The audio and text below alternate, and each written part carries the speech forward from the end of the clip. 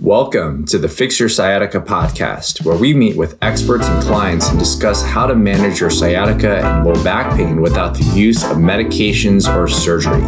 I'm your host, Dr. Ashley Mack, and I'm a physical therapist as well as the founder of ifixyoursciatica.com, a go-to resource for pain management. When it comes to taking care of your health and addressing your wellness, the easy part is finding the exercises, stretches, positions that actually can help you out. I think one of the hardest things is actually changing our behaviors, so then that way we can minimize the instances that we actually irritate whatever we're trying to fix. And one of those behaviors that is really, really hard to fix and modify is how we eat and how we approach food. And on today's episode, today's guest is Adam Fiore.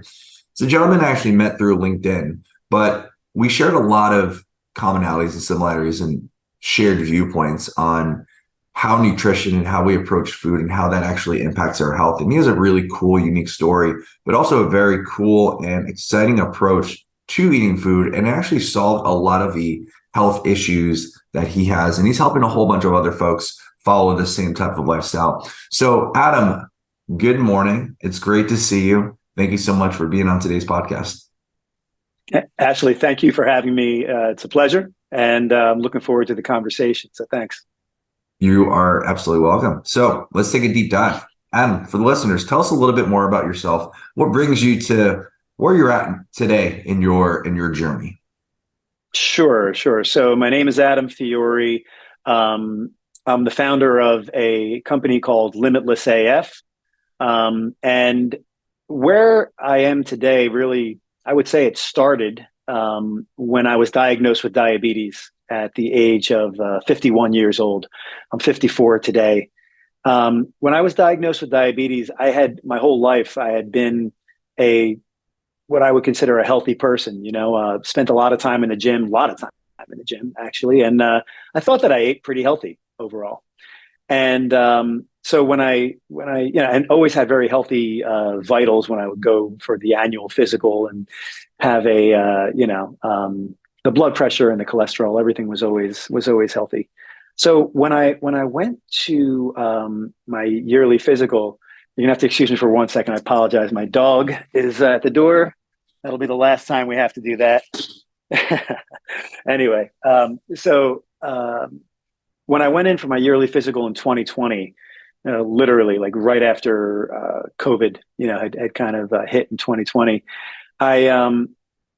my primary said, I'm kind of concerned. Your blood sugars are elevated to a diabetic level, and he said, so I'm going to send you to an endocrinologist. So part of the Jefferson Health System out here in the Philadelphia area. It's a great health system, and went to an endocrinologist who confirmed, had ran me through every possible test and confirmed, yeah, you have diabetes. Your blood sugars are very elevated. My blood sugars were, hitting into the 300s. My A1C level was 7.2. So, the whole thing came as a shock to me. The endocrinologist put a continuous glucose monitor on my arm, a Freestyle Libre, and showed me how to use it. And he said, all right, you're going to monitor your blood sugars with this CGM. And you're going to come back in 2 weeks and we'll decide whether or not we start you on a long acting or a short acting insulin and whatever medication. And I'll tell you that my wife was with me. We got in the car, and I'll never forget, I said to my wife, I don't believe that these are my only options. Like, something inside of me, some intuition is telling me that I can manage this without insulin therapy, without medication. And I actually even asked him at that same first meeting, I asked the endocrinologist, I said, what if I come back in 2 weeks and my numbers are a lot better? Would I be able to avoid the insulin, the medication? And, the doctors have a standard of care, which I totally respect. They have to, they have to tell you a certain thing. And the physician said to me, look, I don't want you to get your hopes up, because this may not be something that you can control with your will. So let's see what happens. I'm not saying yes or no. Let's see what the numbers are when you come back. Well, I I took that as a yes.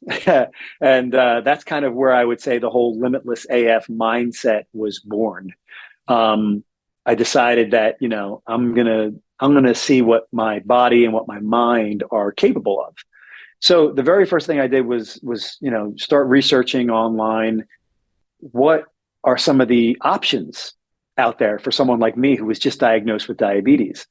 One of the things that was actually kind of disappointing was that no matter where I looked, pretty much the only images that I saw of people with diabetes were folks who looked, pretty sick, and a lot of them were about people, they were ads for medications and things like that. I didn't really see any examples of what I was looking for, which was someone who was, very fit and was able to reverse diabetes without using medication. That's what I was looking for, was that inspiration.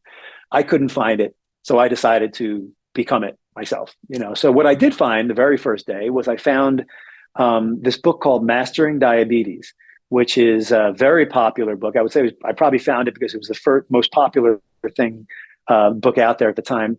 And it's all about eating a plant-based diet, whole foods, and how that can lower your blood sugars naturally. So I tried it. I ate some of the things they recommended, like some of the whole foods, the vegetables, the fruit, and it did not work for me. My blood sugars actually skyrocketed. So I immediately, the nice thing about the CGM was it gave me real-time feedback saying, okay, this is not working for you. So I immediately went back to the drawing board and I researched and I found a different diet, a different book. This one was talking about the keto diet and talking about how if you don't eat sugar and you eat very low carbs, that can naturally lower your blood sugars. So I tried that. And literally within 24 hours, my numbers started to come down. And I said, oh, this is for me. I can do this. I can eat as much fish, meat, eggs, eat as much protein as I want. I just have to really limit my carbs and really, really limit my sugar. And my numbers keep coming down. So I did that. And when I went back in 2 weeks, my numbers were not where they are today, which is non-diabetic, but they were good enough where my endocrinologist, who's a great doctor, said, you know what, I'm going to give you a 3-month window. Let's try 3 months of doing what you're doing. And if at any point you start getting big spikes, we gotta put you on insulin therapy. And I took that as fair enough. And anyway, that was almost 3 years ago. And it's been almost 3 years. I've never had to take any medication, never had to use any insulin therapy. And I've constantly fine-tuned my keto diet. And I still do it. I mean, to this day, to me, this will never be something that is, I'm done. I figured it out. I cracked the code. This is constantly fluid. I'm constantly improving my numbers. I'm constantly improving the diet. I'm constantly improving everything about Limitless AF. So yeah, the journey was now my A1C levels are 5.8, which is non-diabetic. I feel like I eat almost whatever I want in that I eat, cheeseburgers, I eat, chicken, fish, I eat a lot of eggs, omelets, I make protein shakes. These are all things that I really enjoy eating. So I don't feel like I'm sacrificing. The things that I had to give up that I used to eat, pizza, pasta, beer, things like that, I honestly don't even miss them. And one of the amazing things is that when I started working in conscious breathing techniques and some mindfulness techniques, that actually started working with the diet to lower my blood sugar levels, my blood glucose levels even more. And I've actually been able to bring some healthy carbs and sugars back into my diet, meaning fruit. I didn't eat fruit for 2.5 years. I didn't have one piece of fruit because it would spike my blood sugars. Well, now I just recently, in the last month or two, started incorporating strawberries back into my diet. And I can eat strawberries now, have a couple at night, and they don't spike my blood sugars. So that's what I mean by this is a fluid process, where it just keeps getting better. So that's a little bit of, I don't want to I could go on, but that's a little bit about me and how I got to where I am now. And I guess the only thing I'll add, and we can, if you want to talk more about it, I'm happy to, but, I ended up building a company around this lifestyle because it's not just a diet. The keto is the way I eat, but then there's, everything from the way I breathe to the way I exercise, to the way I sleep, to the way I recover, hot, cold therapy, all of it together is part of the Limitless AF lifestyle. And I ended up building a company around that. I partnered with the India Institute of Technology, Madras. We have some incredible tech that we got from IIT Madras, tech that measures vascular health, vascular age, heart rate variability, things like that. And we combine the tech with the lifestyle and the behavioral health to create a movement, basically. Limitless AF is a movement about that we're able to redefine what's possible for us, mentally, physically, spiritually. So there it is, Limitless AF in a nutshell. What a cool story, Adam. Thanks.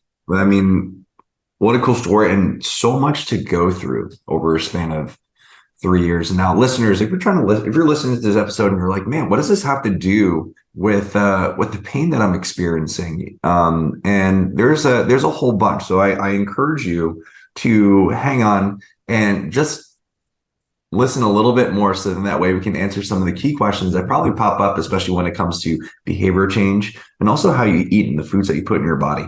And so, Adam, one question I do have to ask is most people understand that there's two types of diabetes, right? You have type 1 and type 2. One is the insulin dependent, and then we have the type 2, which is insulin resistant. So when you, out of curiosity, when you got diagnosed or when you got presented this information, was it you are categorized as the insulin dependent or insulin resistant? What was that conversation like?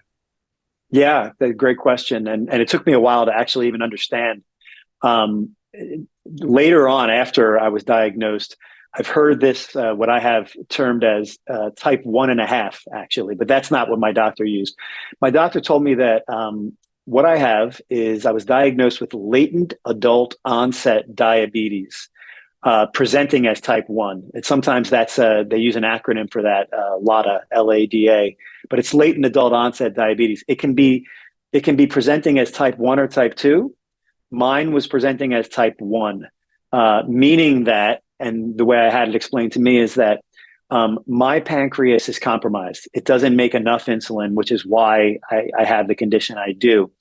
But it is definitely different from pure type 1 in that my pancreas still makes some insulin, which is why I'm able to treat it and manage it with just lifestyle modifications. If I had true type 1 diabetes where my pancreas made no insulin, then this would be out of my hands. I would have to be on insulin therapy and I wouldn't be able to manage it the way that I do. So it's a great question, but it's not type 2. It is presenting as type 1 or type 1.5, as it's sometimes called. We are going to take a quick break to tell you about our awesome new program called the Sciatica Protocol. If you don't have the time to see a professional, but are tired of trying to figure out this recovery on your own, then the Sciatica Protocol is for you. Harness the power of a knowledgeable physical therapist through your phone. It takes no more than 7 minutes per day, and it is designed to help you recover as quickly as possible. It is simple to start, and all you need to do is log into ifixyoursciatica.com/the-sciatica-protocol and fill out the 9-question quiz to begin. The link for the program is in today's show notes. Wow. And so you brought up this concept that your pancreas is compromised. If you look back in we'll just say over the past 10 years, because this was really revealed to you over the past 3 years. And so, and if we look at, say, blood values, like A1Cs, it's not something that changes like immediately, right? And it takes a little bit of time for us to be able to experience some sort of change. And so looking back, were there any sort of telltale signs where you're like, oh, something like is kind of off or something is different, which then it's like, oh, like, okay, it kind of makes sense that this organ in my body wasn't operating the best, if you don't mind me asking. No, yeah, I don't mind you asking me at all. And it's a great question. A lot of people are surprised when I say this, but the truth is that I never had a symptom before I was diagnosed, and I've never had a symptom since. If I had, it's actually a really good thing that I was going for an annual physical, because I would have never known that I had diabetes. I spent twice as much time in the gym before being diagnosed as I do now. Like I said, I thought that I was eating healthy.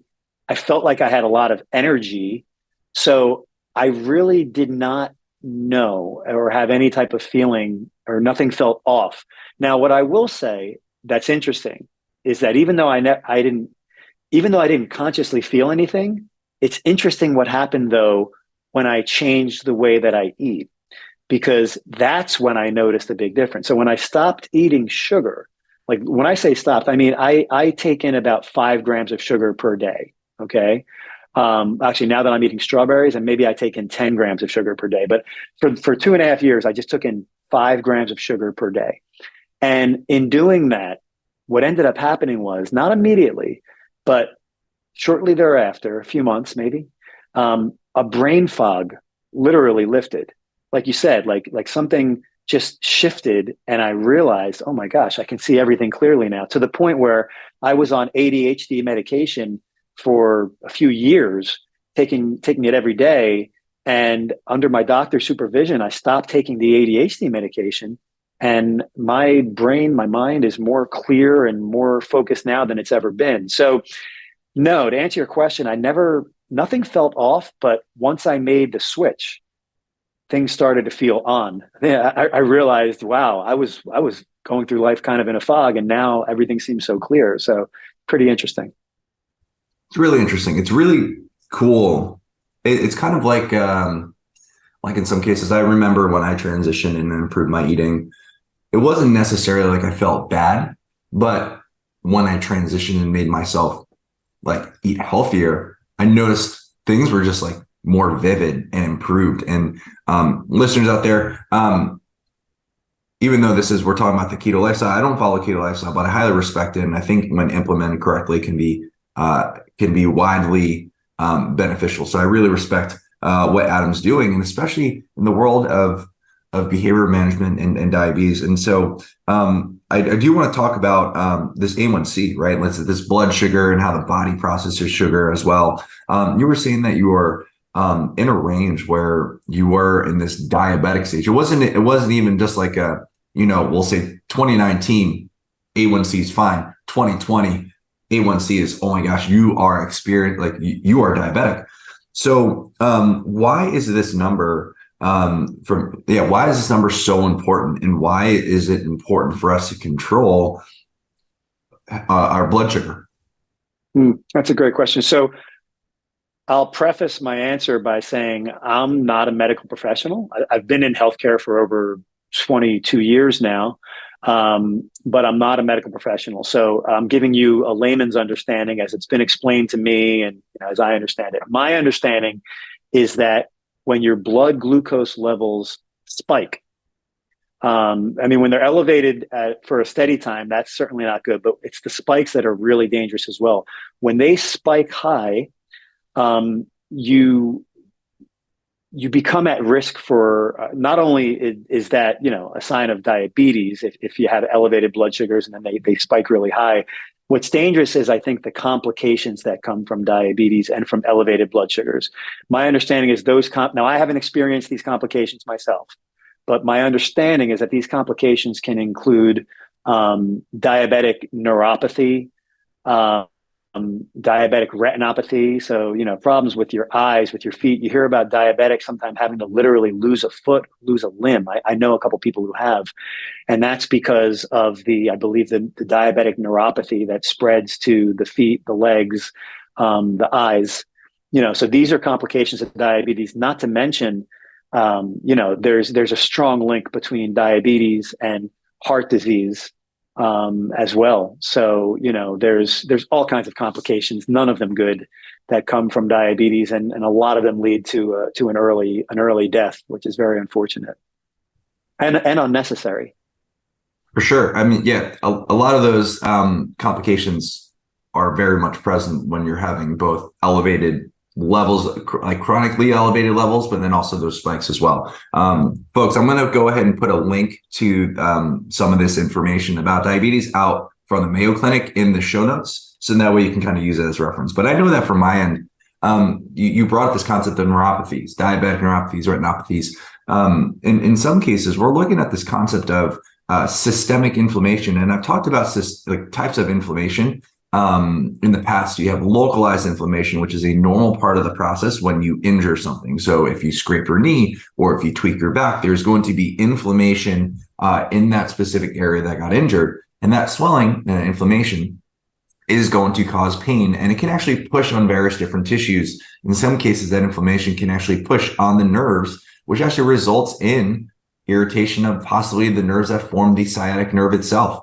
But when we look at the concept of systemic inflammation, another area that we need to look into is that this concept of irritating the nerves. In some cases, when you are having elevated levels of inflammation, your body actually becomes sensitive to everything. And so you might be sensitive to a little bit more of the nerve irritation. You might be a little bit more aware of that. It could be painful. It could be numb. It can be weak. And that is often what happens with people who have diabetes for years, is that they start to lose the sensation. Either it's painful or and I know especially found in the feet and the skin, it really affects that. And so it addresses the entire human body as compared to one specific joint. And it's really something. And I'm so glad that you were able to address that, because it's a bummer when people have to transition medications, especially with what's happening now.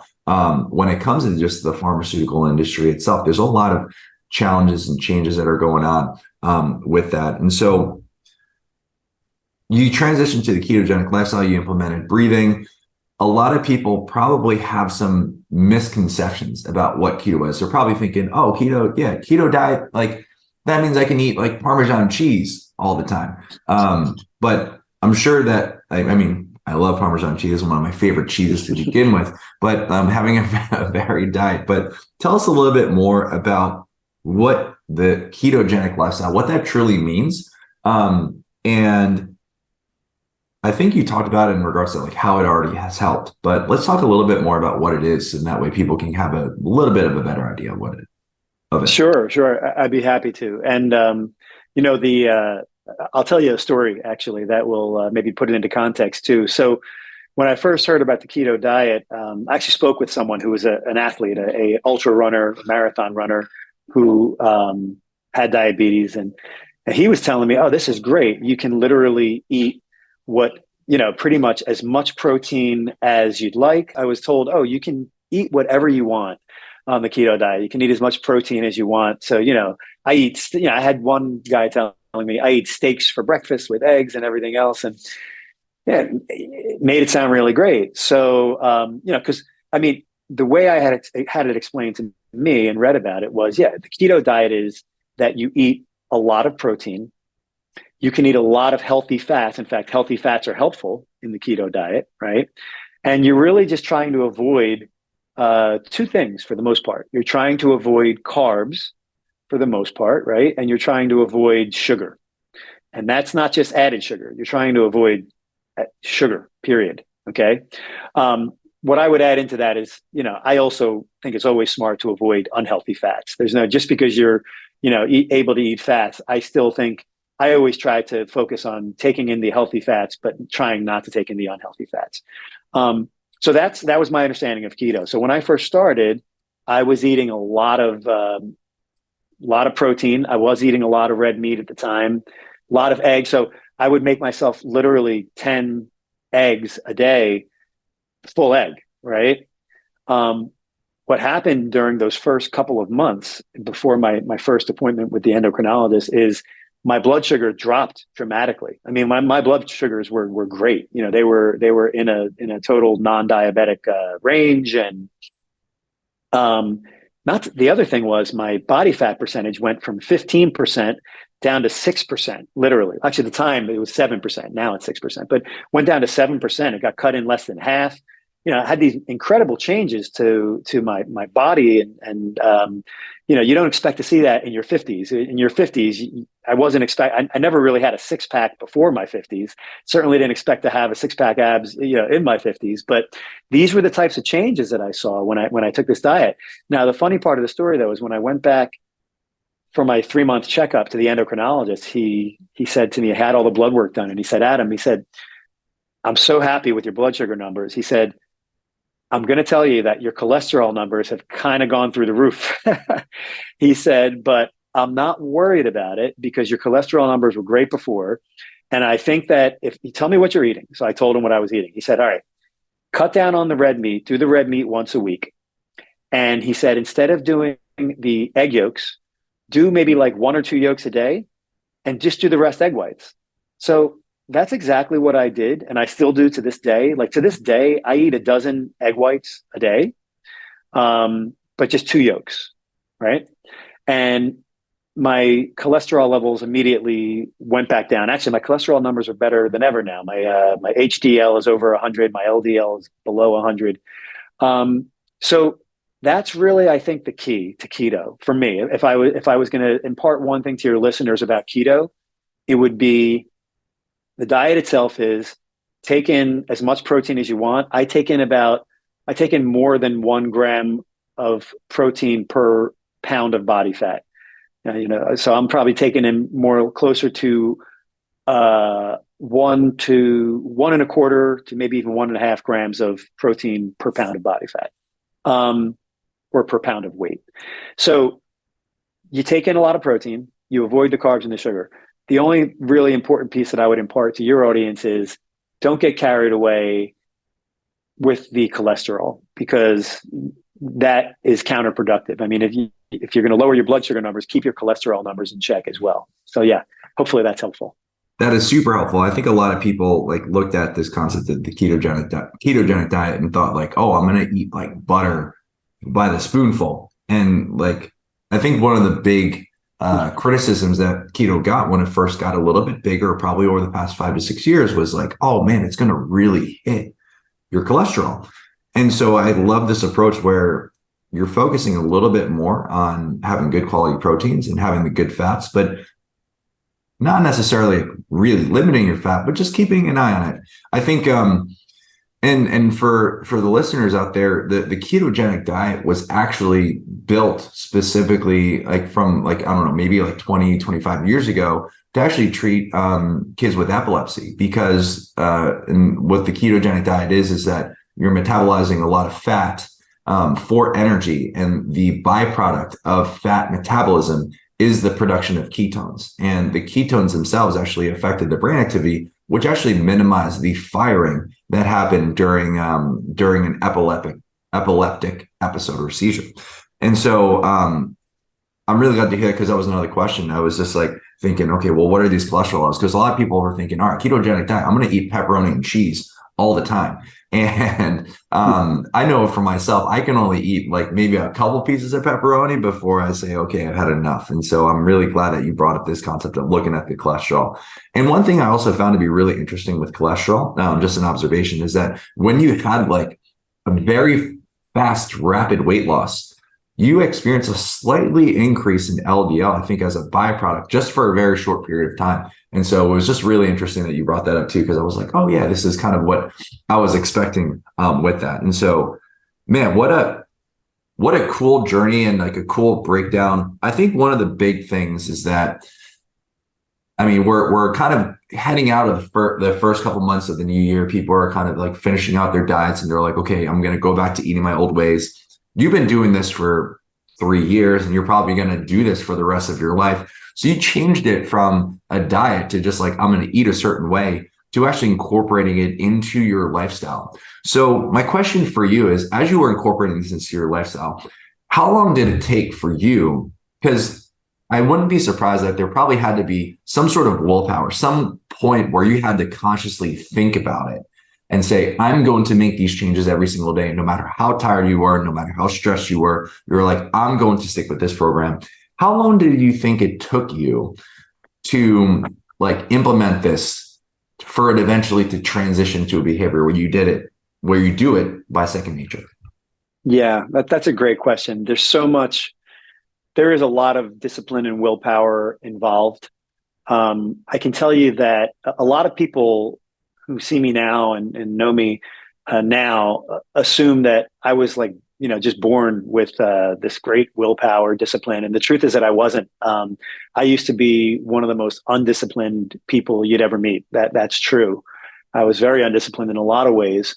When I was diagnosed with diabetes, one of the things that woke me up was I knew that if I was going to your point, I knew that if I was going to live this lifestyle, for example, I have two teenage daughters, when it's somebody's birthday and there's cake and cupcakes all over the place. And I grew up my whole life until I was diagnosed with a serious sweet tooth. And that's my weakness, is like the cake and the cupcakes and everything. I just lose. I don't even eat consciously. I could just eat. I could finish the cake if I'm not paying attention. That type of where you just lose yourself a bit. So when I was diagnosed and when I realized that, once the high wore off, when I say the high was discovering, oh, wow, this keto diet really works. It actually lowers my blood sugar. Once that high wore off, then it was, how am I going to stick with this for the rest of my life? And what I realized was I needed to become a student of routine creation, habit formation. These are sciences. This is behavioral science. So there's a couple of great resources. That I would recommend to your listeners. There's a professor at Stanford University named B.J. Fogg. He wrote a book called Tiny Habits. It's all about the science of habit formation. And then there's a more recent New York Times bestseller called Atomic Habits by James Clear, another great book. What they're basically both talking about is how do we develop the discipline and the willpower, because it does need to be developed and trained. How do we develop the discipline and the willpower to actually replace our unhealthy habits with healthy habits? And that's step one. Step one is overcoming inertia, I like to say. Step one is a lot of people can't even overcome inertia. They can't even just get out of the pattern they're already in and start something new. But assuming that you can do that, then step two is, how do I stick with that when life gets in the way? That's the biggest, trickiest part, right? You've started this diet, you've lost 10 pounds, everything's going great, you're in the gym, and then a few months or a year later, one of a number of things happens, but they're all major life events. Either you lose your job, you lose your spouse or your significant other, they leave you, or a loved one dies. There's, these types of major life events that usually cause people to kind of go off the rails a little bit, feel like they need some comfort food, some comfort activities, and they just want to just lose themselves for a minute in these comfort activities. The problem with that is 99% of people will never get back on track with their program. And it's kind of a vicious cycle where then they almost kind of feel embarrassed because they were in such great shape, they had done so well, and then they went off the tracks and they don't want to revisit that. It's very psychological, right? And so I studied that, and in studying these books and these experts, I built my willpower, I built my discipline, and once you build it, it becomes a way of life. So to answer your question, I would say that I would still have, cravings if I saw the cupcakes and the cakes around for somebody's birthday. Sometimes I even would slip up and I would, have like a half a cupcake and my blood sugar would go spiking, and then I would feel guilty about it. I would say it took me probably 6 to 9 months for that to just really go away and get to a point where now I don't even want to eat that. I mean, I don't want to eat that cupcake. I know what's waiting on the other side of that cupcake. Even though it tastes good, I know what's waiting on the other side. And that's the brain fog that I used to walk around in. And that's, say goodbye to the body that I've built, that I enjoy, that, I'm proud of. And you can't have both, you know what I mean? So you have to make your choices. And I think that that's a big piece of Limitless AF. I think it's a big piece for any of your listeners that are trying to make a significant change. I would highly recommend focusing on building the discipline and the willpower. That's the foundation. Forget about what the tactics are, what the diet is, what the workout is. Focus on building the willpower and the discipline first, and then you'll be able to pretty much do anything. Willpower and discipline are kind of like muscles, right? Like you need to train them for them to be really, really strong. And so I appreciate it. And I mean, so when I work with my clients, a lot of the times, like when we're talking about pain management, like they're in these sessions and they are leaving the sessions feeling awesome. But then the big question is, okay, here in this specific instance, you're feeling fantastic. How are you going to be able to maintain this type of progress when you leave this session and I don't see you for another 7 to 10 days? And so the way that I look at it when it comes to implementing behavior change, I also think that it's kind of like what you're talking about. It's like we have willpower and discipline, but I also think like the results will really speak for themselves. And I think a lot of times people try to look for results on an outwardly basis. So they're like, okay, what happens? What do I see in the mirror? Or, can I, like, what do I see? What is this information telling me?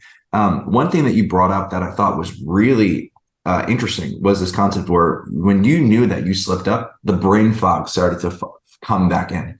And so it's this concept of you were also using like what you were feeling as a way to drive. It's like the results will actually drive further improvement. And so listeners out there, when it comes to implementing, just like Adam has been talking about, when it comes to implementing a new thing, whether it be eating a new way or moving a specific way on my part, when I'm telling you, okay, when you're sitting down, I want you or challenge you to actually lean forward a little bit. You're going to have to really think about it for quite some time before it becomes second nature. And that's going to be very, very common with any new skill. But just like Adam's talking about, like willpower and discipline, you got to build that. But then also number 2, let the results guide how you feel. And I know for me, I actually transitioned to eating a lot of transitioned out of eating a lot of junk food because it was really based on how I felt. Instead of drinking 3 to 4 glasses of wine when I was out socially, I maybe drink a glass or a glass and a half, like really understanding, like I know what the consequences are of my actions the next day. And that will actually drive what I should be doing. So, and I love the fact that, Adam, you said it took about 6 to 9 months. You have to be able to consciously practice this. So then that way it becomes not just a habit. A habit is something that you kind of do second nature, but we have to transition that habit into a behavior. Because when you do it as a behavior, no matter what happens, no matter how stressed you are, no matter how tired, no matter how much help or how much you're willing to slip up, that behavior is what you're going to be falling back on. And that is something that not only from a lifestyle standpoint that we need to implement, but also from a movement standpoint as well. So I really appreciate you sharing that, Adam, with the audience, because I think it's really important. So let's talk about action, right? We want folks to be leaving this with some sort of action. And so if they're like, okay, I think I want to experiment with some sort of keto, like lower my carbohydrates, what are 3 action steps that you have that someone could take to make it a little bit easier or actionable for them to transition and try this lifestyle out and see if it works for them? Sure. Great question. So I think it's really great to have a transition, to not have to be, go completely cold turkey like I did. And I would say for someone who wants to transition and experiment with lowering their carbs without, going to an extreme level, one thing would be, let's say you like burgers or chicken, any type of sandwich, chicken sandwich. It could be an Italian hoagie, whatever it is. Try doing that without the bread. Order it. You don't have to make a big deal. Some people are like, oh, I don't want to order it without the bread and attract attention to myself. That's fine. Just order it normal. I'll go out oftentimes and I'll order a double bacon cheeseburger. Okay. When it comes, just get rid of the bread, get rid of the bun, and just eat the bacon double cheeseburger part. That right there is eliminating almost all of the carbs, pretty much all of the carbs in that meal. Okay. The other thing is getting rid of fries. I mean, I would, so again, if you were going to do so for example, instead of doing a bacon double cheeseburger with a side of French fries and eating that with the bun. Try getting the bacon double cheeseburger. Get it with either you can get it with a side salad. Caesar salads are good because Caesar salads don't have any carbohydrates as long as you don't eat the croutons. There's all kinds of different things you can do. A bowl of edamame. There are different things that we can do. But bottom line is, don't eat the bread, don't eat the fries. Okay. When it comes to fruit, what I would say is you don't have to cut out all fruit the way that I did, but you can find out which fruit are lower in sugar and which fruit are higher in sugar. So right off the bat, I would tell you that if you were going to if you wanted to still eat some fruit, but lower sugar fruit, you would eat strawberries and blueberries. Strawberries and blueberries are going to be pretty much your best bet. The fruit that you'd want to avoid if you wanted to try lowering your sugar and your carbs a bit would be bananas and mangoes, for example. Bananas and mangoes are both, and I believe pineapple. Bananas and mangoes, very, very high in sugar. So, those are just a couple of things. And then the last piece is, since, we are a society that loves to have drinks, out socially and everything, big change. If you want to see a big change in your health through keto, what I would do is eliminate beer and wine. I know that's hard, but if you eliminate beer and wine, you can still have vodka. You can still have pretty much almost any liquor, like vodka, not liquor. You can have vodka, you can have whiskey. So like I'll drink vodka, bourbon, or tequila. And I can mix that with like an unflavored seltzer that has no carbs in it or sugar, or I can just drink it on the rocks. But these are a couple things that you can do that can really lower the carbs and the sugar intake by a lot. It would be noticeable. You'll notice the way it feels. For sure. Yeah. So there you have it. Being able to easily implement, making small changes. I mean, you can absolutely do an extreme change, but you have to stick with it. And just like any sort of muscle or exercise, you got to build up your discipline and courage. Discipline. What do we say? Discipline and what was the other word? Willpower. Yeah, it's slipping my mind. Discipline and willpower, and that way you can stick through it. And then 6 to 9 months seem like a long time, but you're looking at 6 to 9 months to be able to then eventually get to a lifetime of a habit and behavior where you can do it by second nature. And so, for you listeners out there in California, you can actually get a bun-free burger over at In-N-Out. You just call it a Flying Dutchman. And it's great. And what's really cool is out back east, there was a place called Bear Burger, which I really enjoyed. And you can also get a burger actually wrapped in a collard wrap, which I always thought was really, really cool. And I really enjoyed. And so, Adam, thank you so much for your time. This has been really helpful. You have a lot of really great knowledge, and it's not just the diet itself, it's a lifestyle change. And so tell us a little bit more about LimitlessAF and how you can help people and how people can get in touch with you. Sure, be happy to. So before I do, real quick, I just wanted to mention, you brought up inflammation before, and this might be of interest to your listeners. For 10 years, I suffered from eczema, which is a form of inflammation, the skin condition, and I would get these flare-ups on my forehead here. And it doesn't sound like it's a big deal, but it's, it would really bother me. Like when I would go out in public, and I have an ego like everybody else. And I hated the thought of that. So I used to have to use this medication called Elidel for 10 years. And I was like, am I going to have to use this for the rest of my life? And no dermatologist they were baffled. Nobody could tell me why this wasn't getting better. When I stopped eating sugar, literally within a couple of months, it just went away, and it's never come back since. So there's so many benefits and inflammation is part of that. And I think that might tie in even to some benefits you could see with sciatica as well. So I just wanted to mention that. The other thing, just real quick, is that you brought up a great point. There's a difference between change and transformation, right? Going on a diet or starting a new workout program, that's making a change. And that's great. And it may help you lose 20 pounds and may help you feel a lot better. But up until a certain point, it's still just a change. What we do at LimitlessAF is we deal in transformations. The difference between change and transformation is like I said before, when life gets in the way and something dramatic happens, oftentimes change is not strong enough, and it doesn't keep you in that that pattern, that good pattern you want to be in. A transformation, once you make a transformation, you've made a transformation. It becomes like brushing your teeth. No matter what happens in your life, you're not leaving your house without brushing your teeth. That's how it is with the Limitless AF lifestyle. Once you've made a transformation.